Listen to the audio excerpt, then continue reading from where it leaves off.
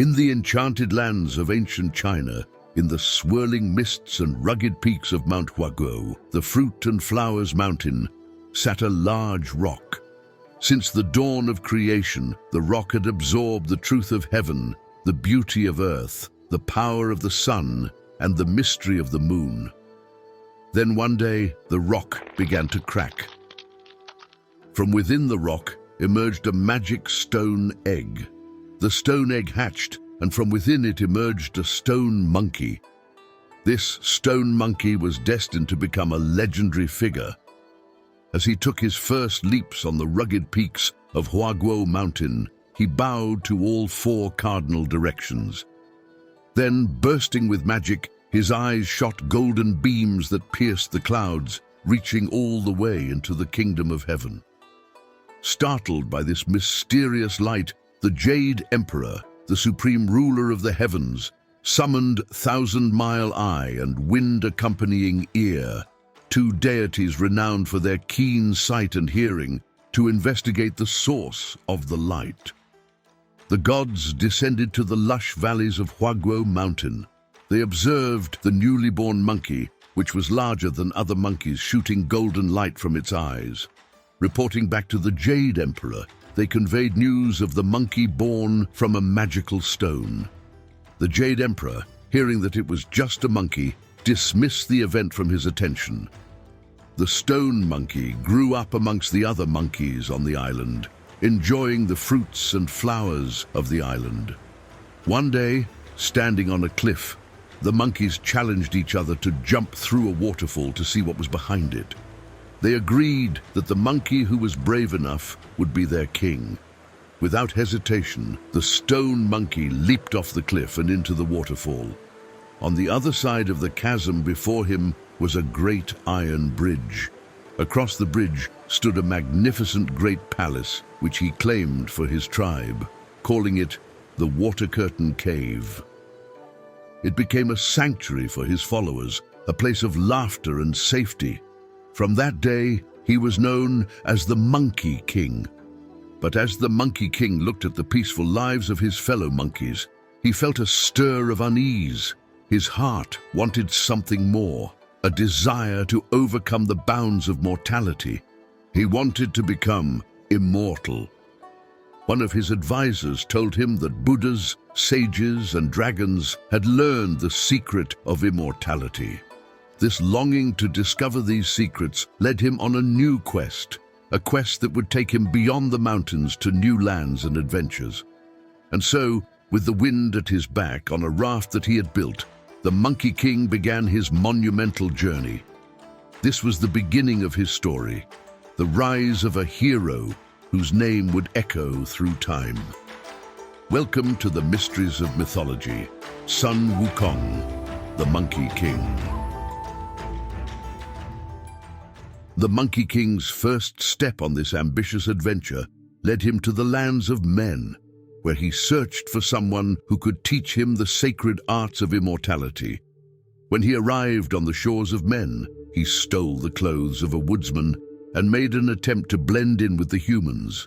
For 9 years and over 2 continents, the Monkey King wandered the lands of men, asking if anyone could help discover the secrets of immortality. He traveled across the sea to the opposite ends of the earth. Eventually, his travels brought him to a secluded grove in the cave of the slanting moon and 3 stars, home to a revered holy man, Master Subodhi.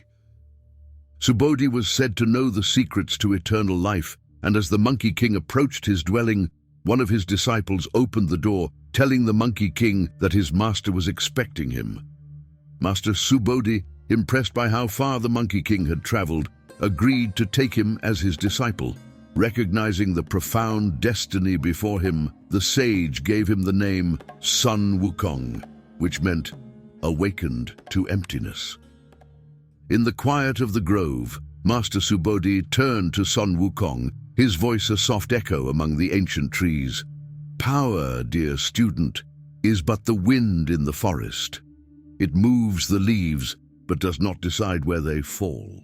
Seek wisdom to navigate the storm." Sun Wukong, puzzled, contemplated his master's words, understanding that true mastery wasn't merely about wielding power, but guiding it wisely. Under the sage's guidance, Sun Wukong learned to harness the energies of the universe. He mastered the 72 transformations, allowing him to change into any creature or object at will. He also learned the secrets of cloud jumping, enabling him to leap across vast distances in the blink of an eye. During all this time, the original immortals were displeased that this unknown monkey was gaining the powers of immortality and promised that they would send 3 calamities every 500 years. First, they would strike him with lightning, then set him on fire, and finally, they would try to disintegrate him. After 20 years of diligent study, Sun Wukong learned many skills from the wise master, including magical spells, traditional medicine, and martial arts. Most crucially, he had convinced his master to teach him an internal breathing method that granted him immortality, that would protect him from the 3 calamities the heavenly gods were sending.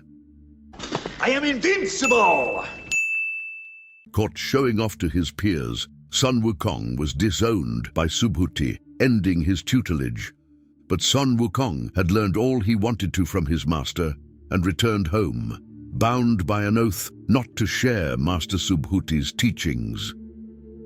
Sun Wukong returned to Mount Huaguo, only to find that a bull demon king, simply known as the monstrous King of Havoc, had taken his throne, terrorizing the monkey population. The bull demon king laughed, his voice booming across the valleys. "Strength is the only law the world respects, monkey. You will learn this truth painfully if you must." Using what he'd learned from Master Subodhi, Sun Wukong pulled hairs from his body, which magically transformed into an army of monkeys, each one ready for battle. With this magical army, he defeated the Bull Demon King and took back his rightful place as the leader of Mount Huaguo. After the battle, Sun Wukong wanted to ensure his kingdom's safety. He taught all the monkeys how to fight and gave them weapons made in the workshops of his allies. This strengthened his kingdom and prepared it for any future challenges. However, Sun Wukong needed a personal weapon. Dissatisfied with mortal-made swords, he had heard that the finest weapons were in the armory of the Dragon King. So he journeyed to the depths of the Eastern Sea to seek an audience with the Dragon King Aoguang. After some tea with the Dragon King, Sun Wukong explained the purpose of his visit and was welcomed into the dragon's treasure trove and vast armory. None of the formidable weapons the Dragon King offered satisfied him. They were too light, like children's toys. But as he was about to give up, Sun Wukong spotted a pillar of black iron. It was 20 feet in height and the width of a barrel, with golden hoops on each end. The column weighed over 17,000 pounds, but Sun Wukong lifted it with ease. This weapon, initially overwhelming in its weight, magically adjusted to his preferred size. The pillar could change size at Sun Wukong's command, from towering like a mountain to the fineness of a needle that he could keep behind his ear. So the pillar was given the name Ruyi Jingu Bang, otherwise known as the compliant golden hooped rod. Intimidated by Sun Wukong, the Dragon King and his brothers offered the Monkey King a suit of golden armor, asking him to leave their domain now that he had these gifts. Armed with his magical staff and his celestial skills, Sun Wukong returned to his kingdom on Flower Fruit Mountain, now more a deity than a mere monkey. But in the stillness of his home, his thoughts wandered to the heavens, a realm of gods and immortals where he believed his destiny awaited. Little did he know his mischievous nature and boundless spirit would soon lead him to celestial battles and confrontations with the mighty powers above. Sun Wukong's power and bold actions made him infamous far and wide, attracting numerous demons who sought to challenge him.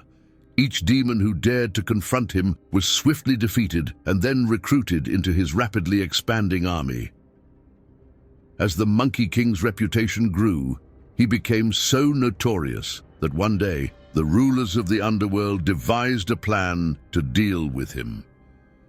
Life seemed to be going well for the Monkey King until one day, while taking a nap, two emissaries of Yama, the king of Du, the realm of the dead, visited him in his dream and kidnapped his soul, carrying it to the underworld. What the emissaries didn't know was that Sun Wukong still had his trusty Ruyi Jinggu Bang tucked behind his ear. When Sun Wukong awoke to find himself in the underworld, he was furious. He bludgeoned to death the two emissaries that had carried his spirit to the underworld and fought his way to the palace of the 10 kings. The kings, afraid of what this powerful monkey wielding a magical weapon might do, pretended they had made a mistake, bringing the wrong Sun Wukong to the underworld. Sure. Sun Wukong demanded to see the Book of Life and Death. With a bold stroke, he erased his name and the names of all monkeys he knew, ensuring their exemption from the grips of mortality. I am invincible!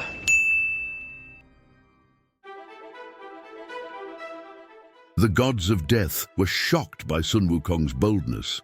They reported him to the celestial court, where Sun Wukong's extraordinary actions both angered and impressed the Jade Emperor.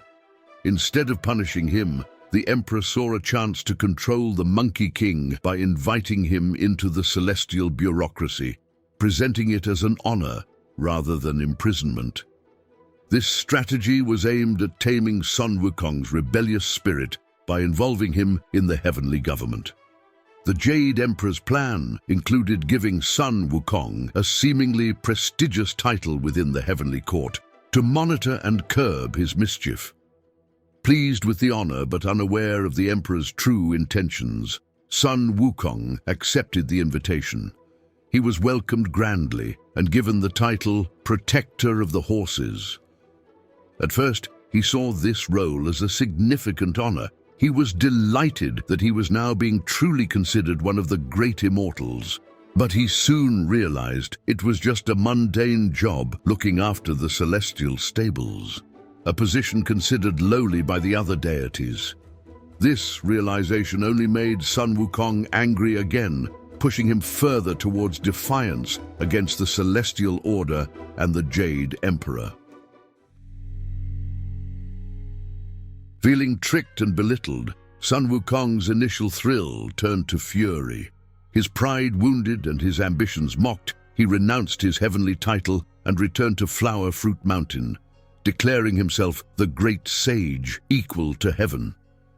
His bold proclamation was not just a title, but a direct challenge to the celestial authorities, including the Jade Emperor himself, setting the stage for his legendary rebellion. Hearing of the Monkey King's tantrum, the Jade Emperor sends several of his warriors to capture him, but none are successful. The Jade Emperor's first thought is to go to war with the insubordinate monkey, but the gold star of Venus, the voice of reason in the heavens, convinces him to give Sun Wukong a title. To keep Sun Wukong engaged, they give him the important role of tending the garden of peaches of immortality, the delicious peaches of immortality. What could possibly go wrong? So Sun Wukong tended to the garden, looking after the peaches that took 3,000 years to harvest. As each one ripened, the Monkey King ate one until there were none left.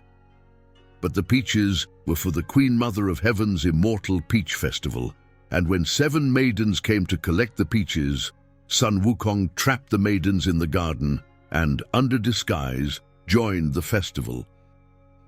I am invincible! There, Sun Wukong found the immortals drinking the nectar of immortality, and you probably guessed by now, Sun Wukong drank most of the wine and stole the rest. I am invincible! Now thoroughly drunk and immortal, Sun Wukong unknowingly finds himself in Lao Tzu's garden. There, he enters the sage's home but is unable to find him, but he does find several gourds of pills of immortality. I am invincible! To escape the consequences of his actions, Sun Wukong flees back to the Flower Fruit Mountain. Furious at his audacity, the Jade Emperor summoned an army of celestial warriors to capture Sun Wukong.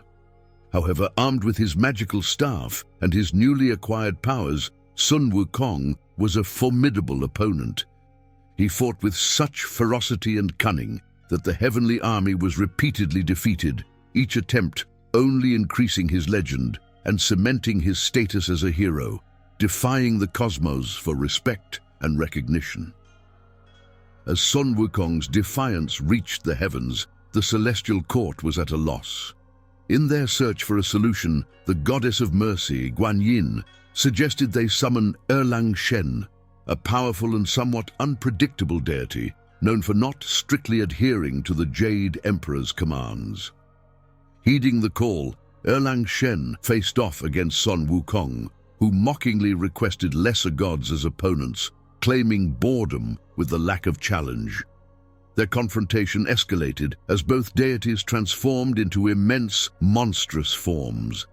Sun Wukong, in his giant guise, inadvertently caused his own troops to flee in terror. This sight disheartened him, prompting him to shrink and flee. However, Erlang Shen was relentless. Using his magical third eye, which allowed him to see through any disguise, he pursued Sun Wukong.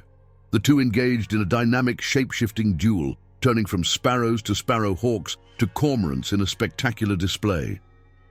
Ultimately, it was Lao Tzu who captured Sun Wukong using a diamond snare. When Sun Wukong was brought before the heavenly court for execution, they soon realized a critical error. He was immortal, and no attempt to harm him could succeed. The Jade Emperor was at his wit's end, unable to find a way to eliminate Sun Wukong. Lao Tzu, a wise and revered sage, proposed a solution. He suggested placing Sun Wukong in the magical brazier of 8 trigrams for 49 days, believing this would extract the elixir of immortality from his body and effectively end the Monkey King's life. After the 49 days had elapsed, they opened the brazier, expecting to find success. Instead, they discovered that the elixir was still intact within Sun Wukong, who emerged with nothing worse than fiery red eyes from the smoke, making him look even more formidable. Fed up with the heavenly forces, Sun Wukong began a fierce battle against the entire heavenly army. With the Jade Emperor's strategies exhausted, he was forced to invoke his last and most powerful option, the Buddha himself. The escalating chaos wrought by Sun Wukong in the heavens forced the Jade Emperor to seek assistance from Buddha himself. The heavenly realm, already disrupted by the Monkey King's previous antics, could no longer tolerate his defiance. Buddha intervened as a mediator and a force of supreme authority to confront the rebellious hero. Buddha summoned Sun Wukong to his presence and offered him a challenge that seemed simple yet steeped in profound spiritual significance. Buddha told Sun Wukong that if he could leap out of his palm, he would be recognized as an equal to the gods and no longer pursued by the heavenly hosts. Confident in his cloud somersaulting ability, Sun Wukong agreed, certain he could outmaneuver any being, even Buddha. With a mighty leap, Sun Wukong soared to what he thought were the ends of the universe. To mark his achievement, he scribbled his name on a pillar he believed to be at the periphery of the world and urinated on it for extra relish. However, the Buddha calmly explained, "O foolish monkey, you never left the palm of my hand. I am one with everything, and thus you could not possibly leave my grasp." True to his words, on one of Buddha's fingers was faintly visible the graffiti left by Sun Wukong, accompanied by a subtle scent of monkey's mischief. Realizing he had been bested and outmatched, not by brute force, but by superior wisdom, Sun Wukong tried to escape, but Buddha's hands closed around the Monkey King in all directions and slowly turned into a mountain.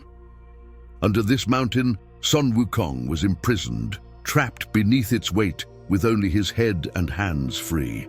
There, Sun Wukong remained for 500 years, a time of reflection, repentance, and transformation.